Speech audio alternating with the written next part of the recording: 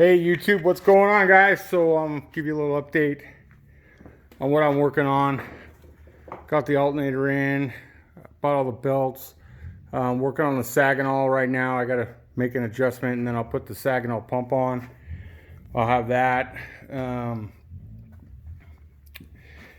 get the starter in. Got an issue. I gotta cut the bracket that was welded here.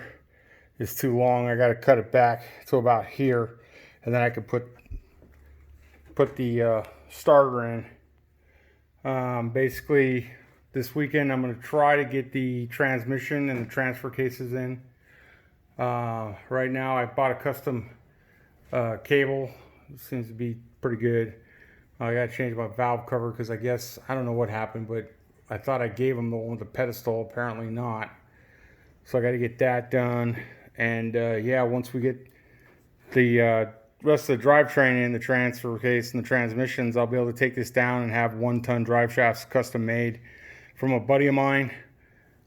Justin Anderson is working on my pump. Should get that back pretty soon.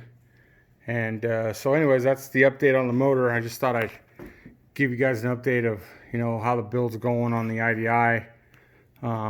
Got a brand new air pump, brand new alternator, brand new starter, brand new water pump, brand new air compressor, or not air, I'm sorry, air conditioning unit.